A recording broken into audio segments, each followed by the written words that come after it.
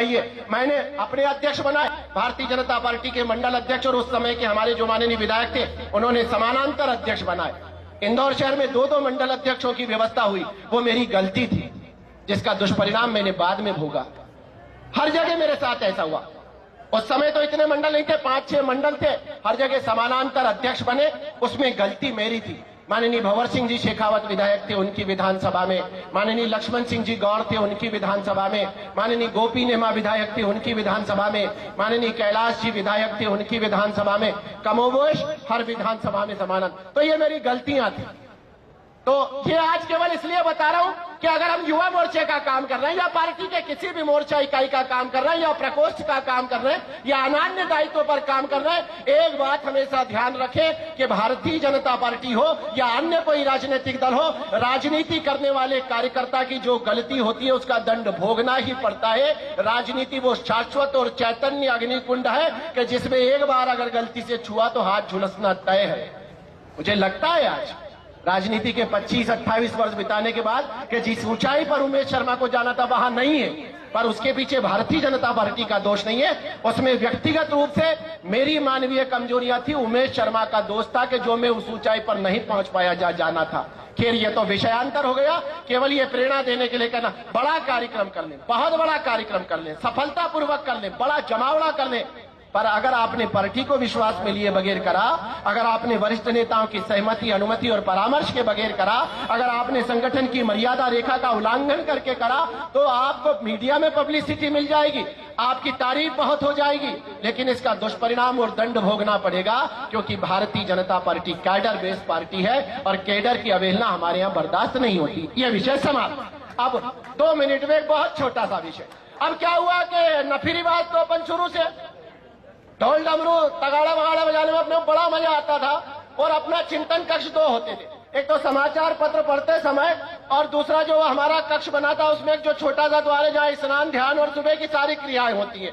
तो सुबह की जो संपन्न होने वाली क्रियाएं थी उस समय चिंतन चलता था कि आज क्या करना है। 2-3 छोटे छोटे से मूवमेंट है, 5-7 मिनट में बता के अपनी बात। 33 मुकदमे लगे हम पे, सतीश शर्मा यहाँ खड़े, और भी युवा मोर्चा बहुत बड़ी टीम थी उस समय, सुमित मिश्रा जी हैं, प्रकाश एड़ाऊ थे, जगदीश देवलिया थे, राकेश शर्मा थे, दिलीप यादव थे, जीतू जिराती जी हमारे मंडल अध्यक्ष हुआ करते थे, हमारे के गोयल जी उस समय हमारे नगर के महामंत्री थे, बहुत सारे नाम हैं, नाम बहुत सारे हैं। तो कार्यक्रम चलते थे। तो एक बार जो सबसे दिलचस्प और पहला कार्यक्रम हुआ, जो अब हमारे शंकर ललवानी जी कराते हैं, लालबाग में अक्सर कराते हैं, वो मालवा उत्सव। उस समय का मालवा उत्सव हुआ, कबाब के स्टॉल लगाए गए। हमारा पहला आंदोलन युवा मोर्चा अध्यक्ष के रूप में, कबाब के स्टॉल लगे। हमने कहा कि कबाब के स्टॉल मालवा संस्कृति में नहीं आते, दाल बाफले के स्टॉल लगाइए, ये कबाब के स्टॉल लगने नहीं देंगे। दिग्विजय सिंह जी उसका उद्घाटन करने आने वाले थे, वे मुख्यमंत्री थे, कल्पना भी नहीं थी कि अपनी सरकार आएगी। हमने कहा कबाब के स्टॉल नहीं लगने देंगे। वरुण कपूर नया एडिशनल एसपी इंदौर में आए थे। वरुण कपूर ने मुझसे कहा कि मिस्टर यहाँ कोई आंदोलन मूवमेंट प्रदर्शन नहीं चलेगा। मैंने कहा कपूर साहब, वो मुझसे बोला कि तुम्हारी उम्र बहुत कम है। मैंने कहा कमोबेश उम्र तो आपकी भी कम है कमर साहब, मुजोर तो शुरू से थे, डंडे खाए, जूते खाए, 33 मुकदमे लगे, 29 बार जेल चले गए, पर पीछे नहीं हटे। कमरिया पे लाठियां टूट गई पुलिस की। मेरे साथ जूते खाने वाले बहुत सारे बैठे हैं यहाँ। हाँ, वो सोनू सरदार बैठा है, वो संजय शुक्ला, सब जूते खाओ टीम थी हमारी। मजबूरी का नाम महात्मा गांधी। क्या पुलिस को तो मार नहीं सकते थे, इसलिए पुलिस से पिटते थे पर अड़ते थे। तो हमने कहा कि कबाब के स्टॉल पे कुत्ते घुसेड़ेंगे। अब शंकरबाग से कुत्ते पकड़वाए, कलाली मोहल्ले से कुत्ते लाए, 30, 40, 45 कुत्ते पकड़े। अब जंगली कुत्तों को, आवारा कुत्तों को ले जाना भी मुश्किल का काम। तो 45 कुत्तों के साथ हम 200 लोग, एक कुत्ते पे 4 कार्यकर्ता, कि कुत्ता निकल के नहीं जाना चाहिए। लालबाग पे कुत्तों के समेत पहुंचे हम। पहला आंदोलन हमारा।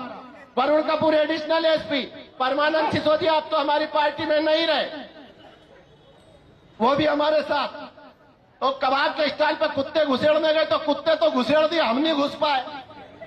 हमको पुलिस ने कुत्ते जैसा मारा। वरुण कपूर एडिशनल एसपी हम सबको गिरफ्तार करके ले गए। ये हमारा पहला आंदोलन था। अरे सारे बोल तो जूते खाए तो खाए। अब उसके बाद क्या हुआ कि हमने कहा कि नहीं चलेगा। उस समय कलेक्टर हुआ करते थे सुधीर रंजन मोहंती, अब तो बड़े वो PSVS हो गए हैं। तो सुधीर रंजन मोहंती की कलेक्टर की जो बहन थी, वो कलेक्टर की बहन फैशन डिजाइनर थी। तो उसने क्या करा कि एक मधु सप्रे थी और एक मिलिंद शहाणे, ये दो मॉडल थे। इन दो मॉडल ने दादा उस समय रिबाक जूते का विज्ञापन करा। तो रिबाक जूते का विज्ञापन निर्वस्त्र होकर करा और बीच में एक अजगर लपेट लिया।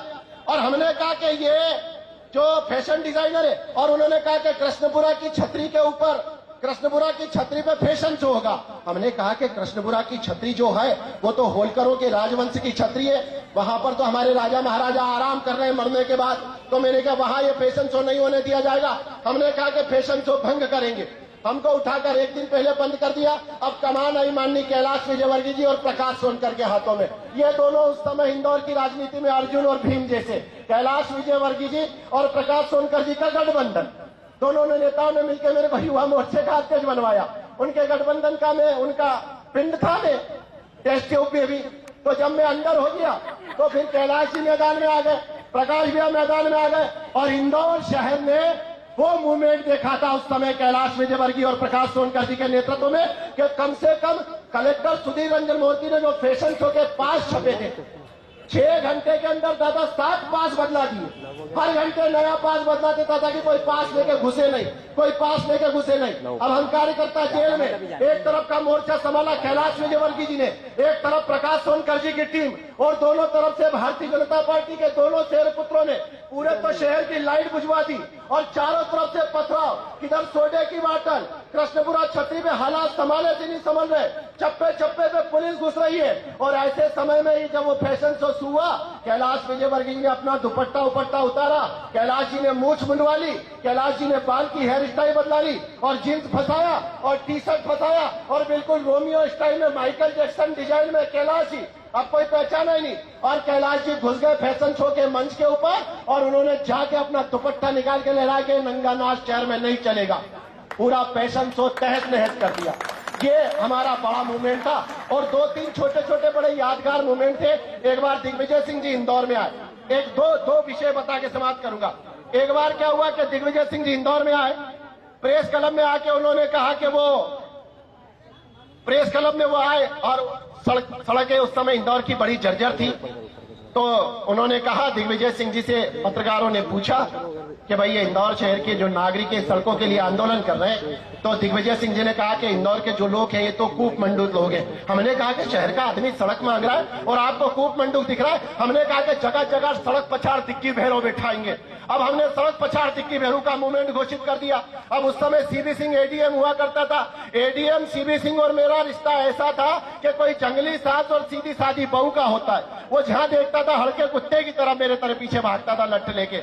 अब वो एडीएम सीबी सिंह और मैं युवा मोर्चे का अध्यक्ष, तो सीबी सिंह ने क्या करा कि रिगल टाकिज में बड़े लंबे सारे पुलिस वाले लेके खड़ा। और ये जो छोटे एसपी डीएसपी के कर्मचारी होते हैं, ये बेचारे हमारे साथ सहानुभूति रखते थे।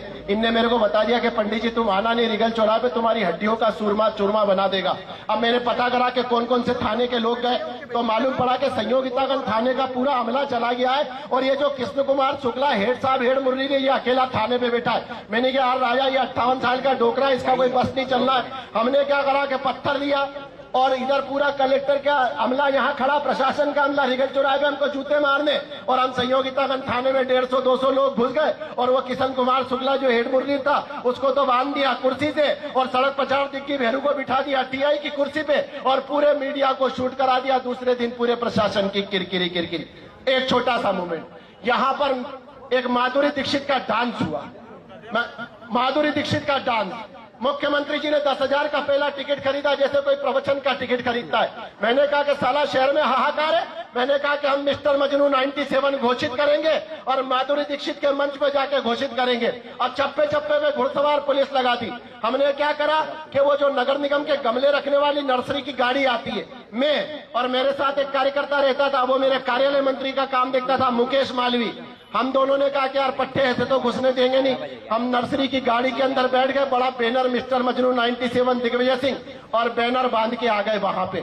वहां पुलिस की किरकिरी हुई। एक अंतिम आंदोलन, 2 बता के दिलचस्पी के, एक ललित पोरवा जी है कि नहीं यहाँ? ललित भैया, आपके बगैर तो रामायण पूरी है, सत्यनारायण भगवान की कथा वगैरह आपकी पंजेरी के पूरी होगी नहीं। और बुरा नहीं मानना, आज होली है, और बुरा मानो तो यहाँ पुलिस ने 33 लगा दिया, 2-4 जूते आप भी मार लोगे, माई बाप तो कछु नहीं है। पर आज तो बोल पट्टे खुलेंगे। कमाल भाई भी बैठे, दोनों बैठे, आपने भी खाया हमारे 10 जूते। क्या हुआ अभी अब? बड़ा दिलचस्प आंदोलन, गधे हुआ थे कुछ लालटेन सप्ताह। क्या हुआ दीदी? 7 बजे इंदौर की लाइट बंद करते गुमास्ता कानून में, और 10 बजे तक लाइट नहीं। तो हमने कहा साला ये नहीं चलेगा, हम लालटेन सप्ताह मनाएंगे। तो हमने क्या करा, जो एडीएम सीवी सिंह था उसको कोई हिंदी बहुत ज्यादा समझ नहीं बैठती थी, तो मैंने अनुमति ले ली कि अंधेर नगरी चौपट राजा का बाना घुमाएंगे। तो उसने सोचा कोई राजा वाजा का बाना है, तो उसने भी परमिशन दे दी। और कृपा पंडित मेरा बहुत खास यार है, प्रभाशंकर शुक्ला अपना काका, उसकी मेरी बहुत पुरानी दोस्त थी। तो कृपा पंडित जी मेरे बड़े खास थे। तो कृपा काका को मालूम पड़ा, मैंने दूसरे दिन विज्ञप्ति लगाई कि ये जो अंधेर गर्दी चल रही है, अंधेर नगरी चौपट राजा का बाना लगी घूमेगा और दिग्विजय सिंह को गधे पे जुलूस बना के सिटी में घुमाएंगे। अब 4 बजे वो कृपा पंडित का फोन गया सीबी सिंह के बाद कि वो तेरा बाप लगता है कि उसको परमिशन दी। तो उन्होंने बोला था वो तो बाना घुमा रहे। बोले वो बाना नहीं घुमा रही है, तेरे बाप को गधे पे घुमा रही है दिग्विजय सिंह को। अब भी आप 5 बजे कार्यालय पे हमारे तेज सिंह राणा जी, हमारे बड़े भाई, हमारी खूब चिंता करते थे। राणा जी के पास सीबी सिंह का लेटर आ गया कि अनुमति निरस्त। राणा ने मेरे को दिया। राणा बोले कि भैया ये अनुमति निरस्त हो गई, जाना नहीं। अब मैं और हमारा हाट पिपले वाला अजय जोशी, हम 3-4 गए वहां दादा। तो हमको वो भगवत सिंह चौहान था, वो सीएसपी था उस समय, एडिशनल बाद में बना। उसने लकड़ी वटड़ी लठ वट मार के हमको बंद करके राजेंद्र नगर पहुंचा दिया। अब धीरे धीरे लोग इकट्ठे होने लगे ललित भैया के घर के सामने छतरी के वहां। कमाल भाई भी हमारे शुरू से ही क्रांतिकारी रहे हैं। क्या क्रांति भाई, जूते खाएंगे पर पीछे नहीं हट पाएंगे, ये नारा शुरू से रहा हम लोगों का। तो अब क्या हुआ कि धीरे धीरे लोग इकट्ठे होने लगे। इतने में हमारा कार्यकर्ता था रंधावा, वो रंधावा 4 गधे लेके आया हुआ रुस्तम के बगीचे से, और आके वो हम तो गए जेल। वो सीएसपी से पूछता कि वो उमेश शर्मा जी कहाँ है? बोले क्यों? बोले साहब उनने गधे बुलवाए थे। तो वो गधे तो गए सेंट्रल कोतवाली में, और रंधावा को दिया। अब हमारा महिला मोर्चा बैठा है। दूसरे दिन की मैं रंधावा की जेल की स्थिति नहीं बता सकता हूँ। उसके पिताजी ने क्या डायलॉग सुना है, बोले हमारे छोरे पुलवा लिया और पुलिस ने गधे जैसा मारा। पहली बार इंदौर में गधे जेल में थाने में बंद हुए। अब क्या हुआ कि भीड़ इकट्ठी होने लगी। जगमोहन वर्मा जी अनुभवी नेता थे, टेक्निकल पॉइंटबाज, जैसे सुदर्शन भाई साहब पॉइंटबाज। इनने कभी कार्यकर्ता पे मुकदमे नहीं लगने दी, ये सावधानी से बत्ती देते थे, और हम तो जबरदस्ती बत्ती दे के बत्ती ले लेते थे। तो अब क्या हुआ कि भैया वो सब छतरी पर नारेबाजी चल रही। जगमोहन भैया ने कहा कि नीचे कोई नहीं उतरना, यहाँ से नीचे उतरे तो पुलिस मुकदमा लगा देगी। भाई छतरी पे नारेबाजी कर रहे, जुलूस की अनुमति कैंसिल है, जुलूस नहीं निकाल रहे।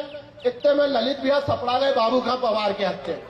और बाबू खां पवार हमारे आजाद नगर वाले इतने वॉलंटियर लीडर है, उनने ललित भैया को उगा दी कि यार भैया क्या यार भैया आपके होते हुए देखो अपन जुलूस ने। तो ललित भैया को भी आ गया करंट हैमिल्टन रोड वाला, इनके भी घुस गए हैमिल्टन जी डील में।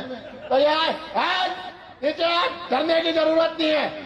और जैसे इनने बोला कि डरने की जरूरत नहीं है, पुलिस वाले लठ लेके दौड़े और बाबू खां पवार ने कड़ा हुआ पत्थर उखाड़ दिया जो 6 दिन नहीं उखड़े। और जैसे ही ललित भैया पिटना शुरू हुए, बाबू खां जी गाया। अब भैया ललित भैया को बेतरतीब पड़े, कमाल भाई बचा दिया, इनमें पड़े दोनों एम्बाई और हम सब जेल। ये हमारा अंधेर नगरी चौपट राजा का जानदार बात। एक अंतिम याद, बहुत सारी यादें, पर हमने कहा कि भ्रष्ट भूषण, भ्रष्ट विभूषण और भ्रष्ट रत्न की उपाधि देंगे।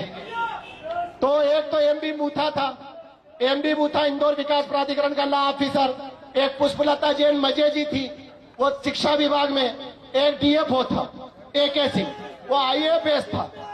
अरे चुप रहो बेटा, IAS था।